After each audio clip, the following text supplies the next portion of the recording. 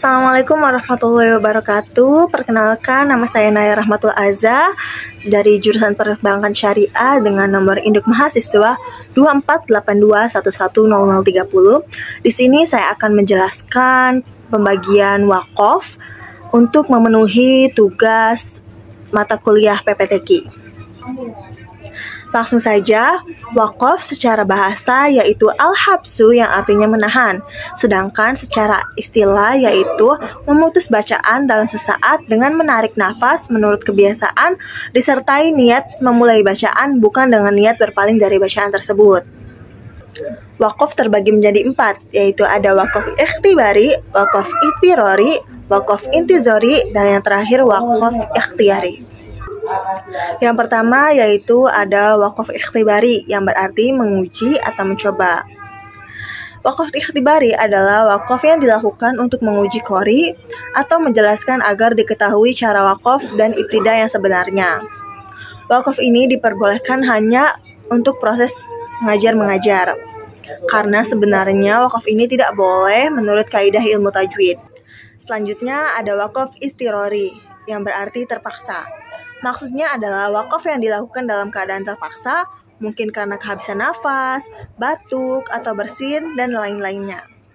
Apabila terjadi wakaf ini, hendaklah mengulang dari kata tempat berhenti atau kata sebelumnya yang tidak merusak arti yang dimaksudkan oleh ayat tersebut. Yang ketiga ada wakaf intizori yang berarti menunggu.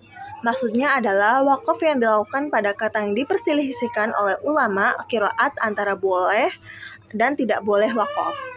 Untuk menghormati perbedaan pendapat itu sambil menunggu adanya kesepakatan, sebaiknya wakaf pada kata itu kemudian diulangi dari kata sebelumnya yang tidak dimaksudkan untuk merusak arti yang dimaksudkan oleh ayat.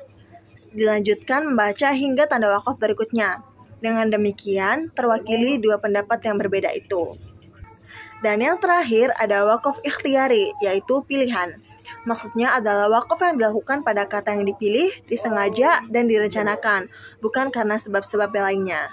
Wakaf ikhtiyari ada 4 macam. Yang pertama ada wakaf tam, yang berarti sempurna. Maksudnya adalah wakaf pada akhir suku kata yang sudah sempurna, baik menurut tata bahasa maupun arti. Selanjutnya ada wakaf hasan, yaitu baik.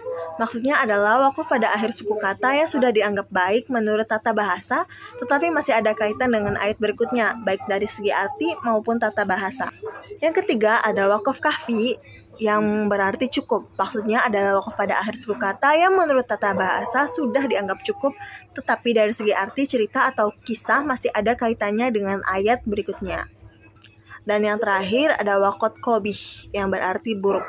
Maksudnya adalah wakaf pada akhir suku kata yang menurut tata bahasa tergolong buruk, bahkan merusak arti dari makna ayat yang sebenarnya. Sekian penjelasan wakaf dari saya. Kurang dan kurangnya saya mohon maaf. Apabila salah kata saya mohon maaf. Wassalamualaikum warahmatullahi wabarakatuh.